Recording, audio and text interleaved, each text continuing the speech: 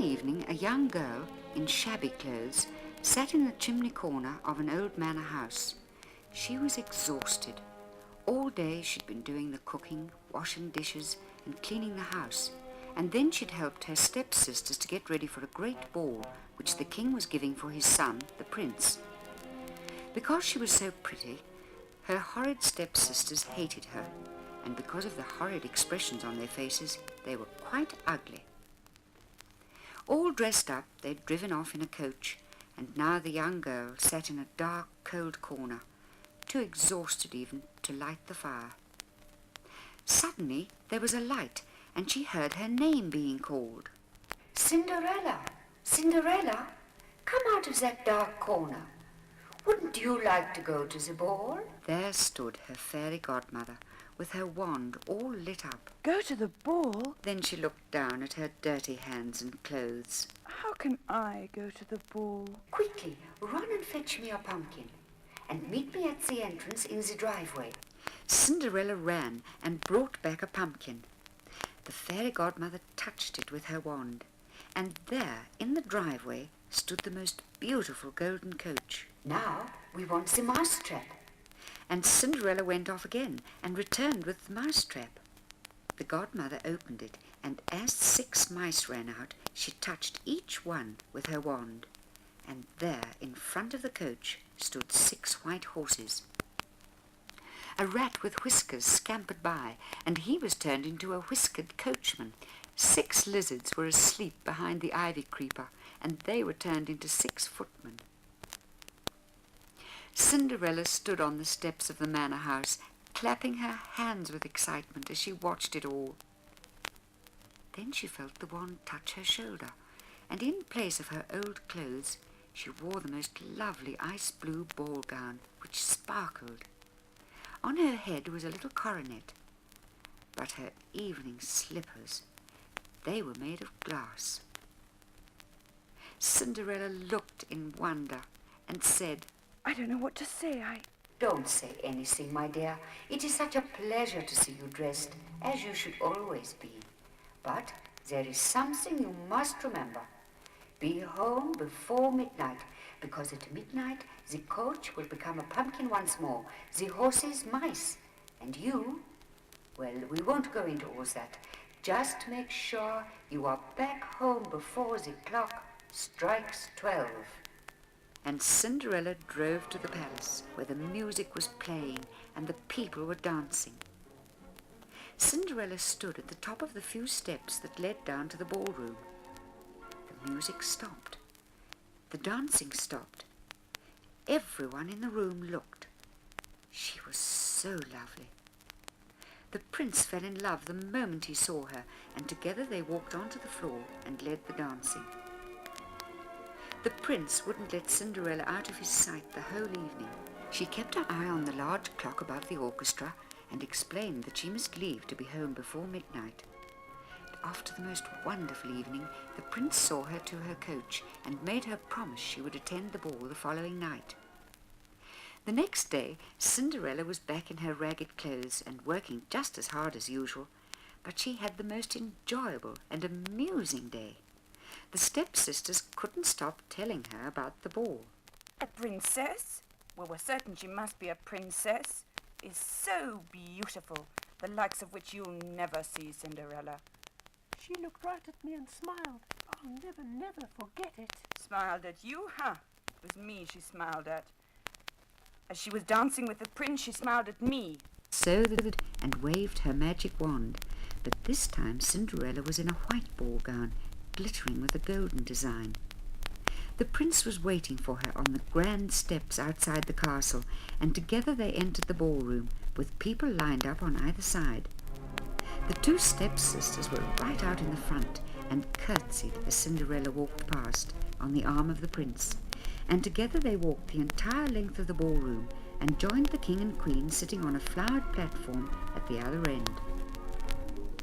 Cinderella and the prince were so in love and so happy, and dancing together was even more wonderful than the night before, so the time sped by quickly. Cinderella simply couldn't believe it.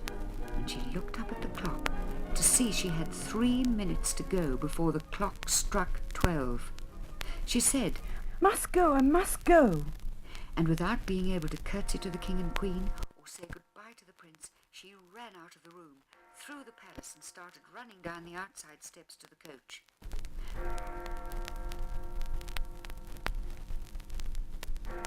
One slipper lay on the steps, one was in her hand, but apart from the slippers, a pumpkin was lying in the driveway.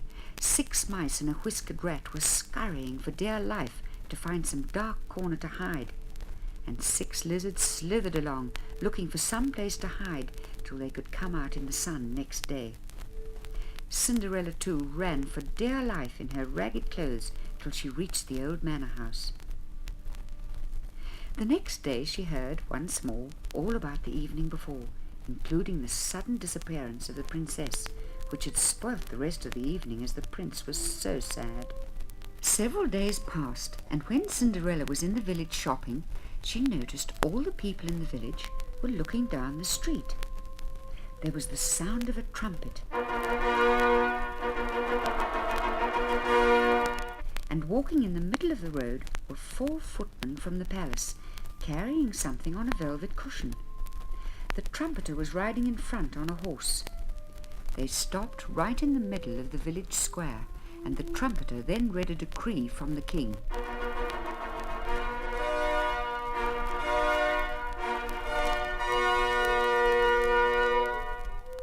Hear ye, hear ye, hear ye! A proclamation from the king to all citizens. All maidens must try on the glass slipper in an attempt to find the rightful owner, by order of His Majesty the King. Hear ye, hear ye, hear ye! Cinderella noticed the little glass slipper on the velvet cushion. Everyone returned to their homes so that they could at least touch the glass slipper, even though they knew it wouldn't fit.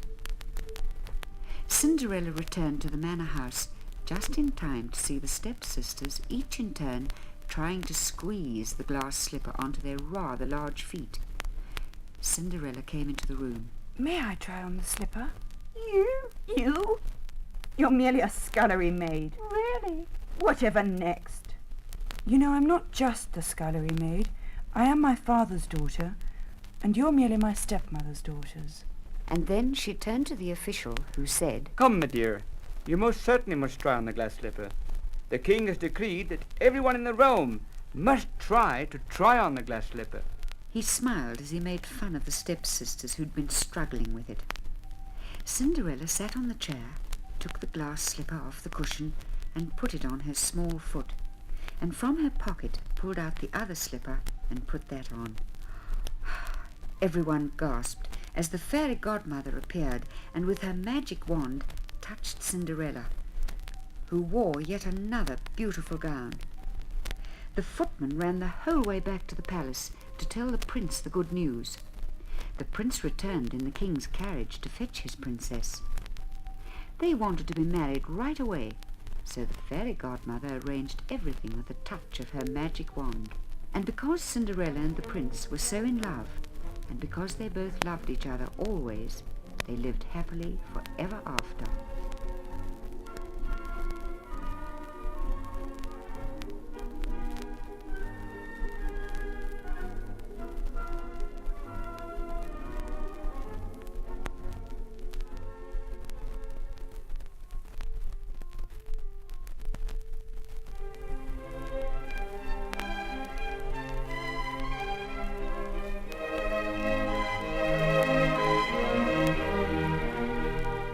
Long ago, at the edge of a forest, there lived a woodcutter, his wife and little daughter, who had straight black hair. Right over the other side of the forest lived another woodcutter, his wife and a little daughter, who had golden curls. Both these children had the most extraordinary experiences. Let me tell you first about the little girl with golden hair. Her father nicknamed her Goldilocks, and then everyone called her Goldilocks. She had been told never to go into the forest on her own, but one day, as she was playing in the garden in front of the cottage, she saw the most beautiful butterfly. Every time it settled on a flower, she would try to catch it. The butterfly was enjoying flying in the glorious spring sunshine and didn't want to be caught, so it flew over the garden fence and settled on some bluebells. Goldilocks looked over the little gate and saw her butterfly, and without another thought opened the gate and ran towards it.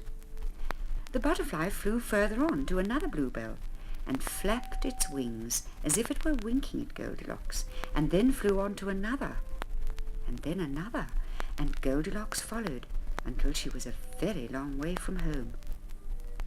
Then the butterfly disappeared completely, and Goldilocks stood amongst the bluebells, which she thought were the same bluebells she'd seen over the fence of the cottage. You see, she was such a little girl, and she picked the bluebells till her arms were full and she couldn't hold another one. She sighed. She was so tired. She couldn't see the fence of the cottage, even standing on tiptoes. But the bluebells growing all around her looked soft, so she lay down and went fast asleep. In the evening it became chilly, and Goldilocks woke up, rubbed her eyes, and wondered where she was. She saw a light flickering in the forest, and thinking it must be home, she picked up her large bunch of bluebells and walked towards the light. And there was the tiniest little cottage she'd ever seen, with the most delicious smell of porridge coming through the open window. And she smelt logs burning, which made Goldilocks realize she was hungry and cold. She walked up the 4 little steps to the front door and knocked. No one came to open it, so she dropped the bluebells on the steps and, using both hands, opened the door. There on the dearest little table were 3 bowls of porridge. Because she was so hungry, she went for the biggest bowl first, picked up the spoon and tried it. Ouch! That's much too hot. Then she tasted the porridge in the middle-sized bowl. And that's much too sweet. Then there was the smallest bowl of all, and as she put the spoon of porridge to her lips, she knew that this was just right, and she ate every mouthful. She sighed contentedly and went over to sit down by the warm fire. There were 3 chairs, a big chair, a middle-sized chair, and a small chair. First she tried the big one. Oh, that's much too hard, she said as she leapt up. Then she tried the middle-sized chair. And that's much too soft. She went over to the dearest little chair she'd ever seen, and as she tried to wedge herself into it, it all came apart, and she sat with a bump on the floor. Then she noticed a little staircase, and she ran up to the top and saw 3 beds. First she lay on the large bed. My goodness me, that's much too hard. Then she tried the middle-sized bed. My goodness me, that's much too soft. But the little bed, it was so sweet and just right, although it was a little bit small. But Goldilocks curled up her legs and made herself so comfortable that she fell asleep. This dear little cottage belonged to 3 bears, Father Bear, Mother Bear, and their little boy bear. They had gone for an evening stroll to get honey from the beehive in the beech tree while their porridge cooled. They returned. The first thing they noticed were the bluebells lying on the steps, and the door was wide open. Father Bear was cross. He walked up the 4 steps and through the open door, followed by Mother Bear. Then Little Bear, who stopped, picked up a bluebell, then walked on through the door. Father Bear stamped over to the table, followed by Mother Bear. Then Little Bear. Who's been eating my porridge? Said Father Bear as he noticed the spoon stuck in his porridge. Oh, who's been eating my porridge? Said Mother Bear. Who's been eating my porridge and eating it all up? Father Bear walked over to the fire to put some more logs on, and then noticed his chair. There was a dent in the cushion. Who's been sitting in my chair? He asked. Oh, who's been sitting in my chair? Then Little Bear saw his chair lying in pieces on the floor. Who's been sitting in my chair and broken it all up? Father Bear decided to investigate. He went upstairs, followed by Mother Bear. Then Little Bear. Who's been sleeping in my bed? Said Father Bear, seeing a dent in his pillow. And he shook up his pillow and lay on the bed with a grunt. He was feeling very lazy and decided he could investigate later. Oh, who's been sleeping in my bed? And Mother Bear shook up her pillow and lay on her bed. Little Bear, holding the bluebell in his hand, said softly so that no one could hear. Look who's sleeping on my bed. And he couldn't take his eyes off Goldilocks. She looked so beautiful. Presently Father Bear started snoring. Goldilocks sat up, rubbed her eyes, and looked at Little Bear. Oh, you dear little teddy bear. She said. But just then Father Bear gave an even louder snore. And Goldilocks looked around to see a huge bear and a middle-sized bear lying on the other beds. She got such a fright, she leapt off the bed and ran down the stairs and out of the front door. As she ran into the forest, she ran straight into the arms of her father, who'd been looking for her all day. It was such a relief to see his little Goldilocks again. He decided not to get cross, and he swung her up onto his shoulders, where she always loved to sit when they were going through the forest, and the two of them made their way home to their cosy cottage. The little bear didn't mind about his porridge having been eaten, nor did he mind about his chair having been broken. He decided to keep the secret of the little girl with golden curls to himself. He didn't shake up his pillow, but put his head where Goldilocks' head had been, and, still clutching the bluebell in both hands, he went to sleep.